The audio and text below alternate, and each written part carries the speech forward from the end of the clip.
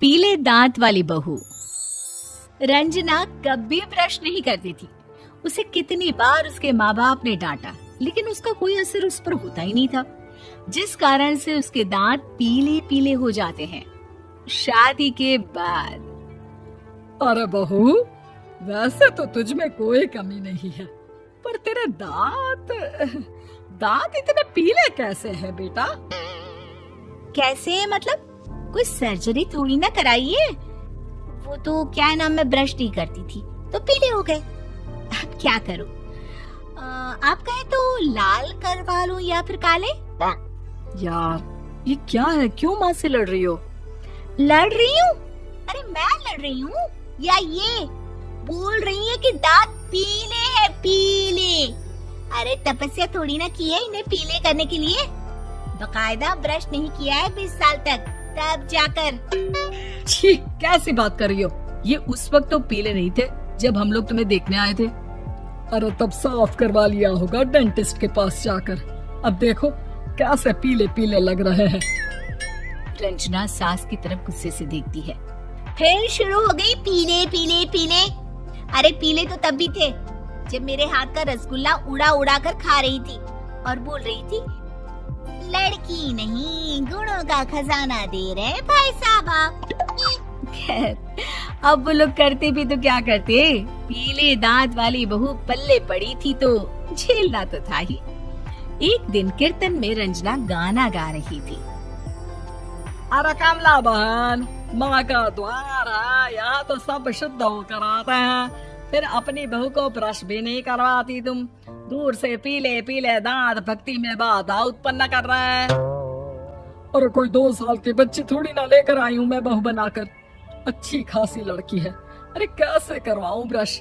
ये तो उसे खुद करना चाहिए ना।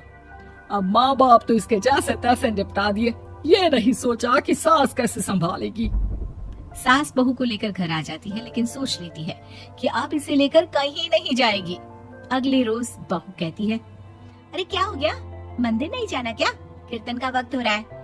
मेरी मधुर वाणी से कान्हा जी जागते हैं और सोते हैं। आप तो जानती है ना उनकी भक्ति में कितना मन लगता है मेरा। वो क्या है ना, तबीयत ठीक नहीं लग रही है मेरी, आराम करूंगी मैं। तबीयत ठीक नहीं लग रही? अभी तो मिथुन के गाने पर नाच रही थी आप, और अब बोल रही है कि तबीयत ठीक नहीं लग रही। अरे भक्ति में मन लगा लो सासू माँ, ऊपर जाना है, क्या मुंह दिखाओगी आप? हाँ? सास को बहू की बात पर गुस्सा आ जाता है। मैं क्या मुंह दिखाऊंगी, इसकी चिंता तो ना कर, समझी?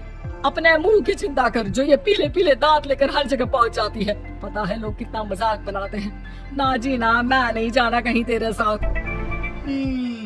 तो ये बात है, कोई ना, मत जाओ, मैं अपने कमरे में ही बैठकर भक्ति कर लूंगी। ऊपर वाला दांत थोड़ी ना देखता है, मन देखता है, भावना देखता है।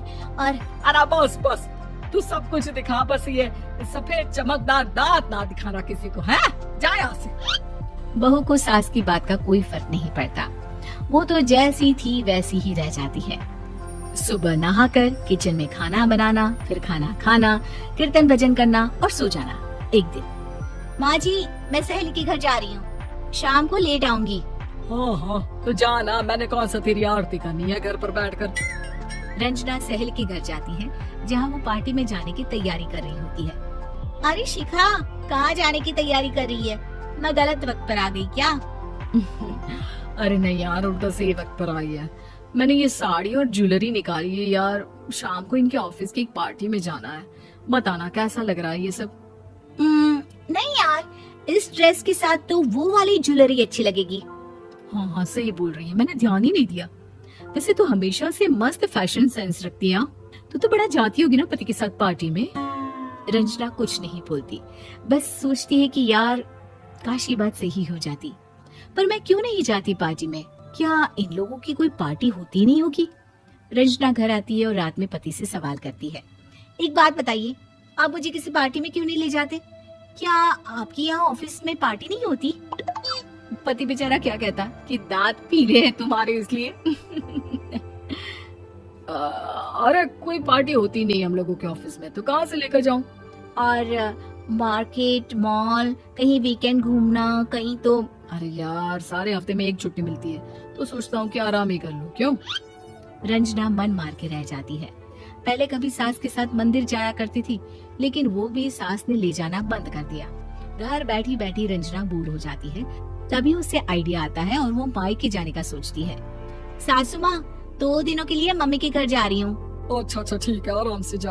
और हाँ, माँ से कुछ अच्छी आदत सीख कर आना कि कैसे शरीर के हर भाग की तरह दांतों की सफाई भी जरूरी होती है, समझी? शुरू हो गई ना आप? वो लोग आपकी तरह नहीं है कि छोटी छोटी बात का बतंगड़ बना दे। उन लोगों के लिए मैं मायने रखती हूँ, ना कि मेरे पीले पीले दांत। रंजना माँ को बिना बताए उन लोगों को सरप्राइज देती है, लेकिन जैसे ही वो दरवाजे पर पहुँचती है, अंदर देखती है कि घर वाले कहीं जा रहे होते हैं। अब माँ, काश रंजना दीदी के दांतों वाली प्रॉब्लम नहीं होती तो वो भी हम लोगों के साथ चलती ना बुआ जी की बेटी की शादी में।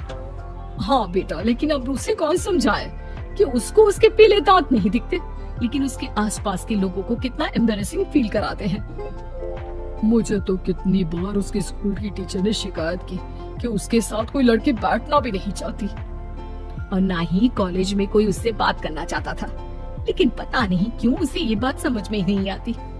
कोई कमी नहीं है उस लड़की में, बस यही के दांत पीले हैं। मुंह तो भला हो जीजाजी और उनकी माँ का, जो दीदी को जैसी है वैसे ही रखा हुआ है।